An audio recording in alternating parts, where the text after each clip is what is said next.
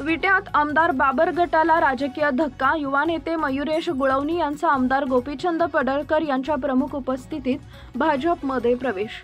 विटा शहराच्या सर्वांगीण विकासात मोलाचं योगदान असणारे आणि गेली 40 वर्ष विटा नगरपालिकेचे प्रतिनिधित्व असणाऱ्या आणि विटा शहराच्या शैक्षणिक जडणघडणीत शैक्षणिक संस्थांच्या माध्यमातून मोलाचं योगदान असलेल्या गुळवणी कुटुंबाचे सदस्य, चिंतामणी पतसंस्थेचे नवनिर्वाचित चेअरमन युवा नेते मयुरेश विवेक गुळवणी यांनी आज झरे इथं आमदार गोपीचंद पडळकर यांच्या प्रमुख उपस्थितीत भारतीय जनता पक्षात प्रवेश केला।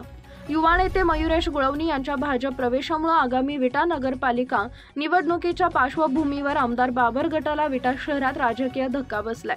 यावेळी युवा नेते मयुरेश गुळवणी यांनी भाजपमध्ये प्रवेश करण्याच्या घेतलेल्या राजकीय भूमिकेचं मी स्वागत करत आहोत। यापुढच्या काळात गुळवणी कुटुंबियांच्या पाठीमागे ठामपणे उभा राहू असा विश्वास आमदार गोपीचंद पडळकर यांनी यावेळी व्यक्त केला। यावेळी युवा नेते मयुरेश गुळवणी यांचे भाजपमध्ये स्वागत करत आमदार गोपीचंद पडळकर यांच्या हस्ते सत्कार करण्यात आला।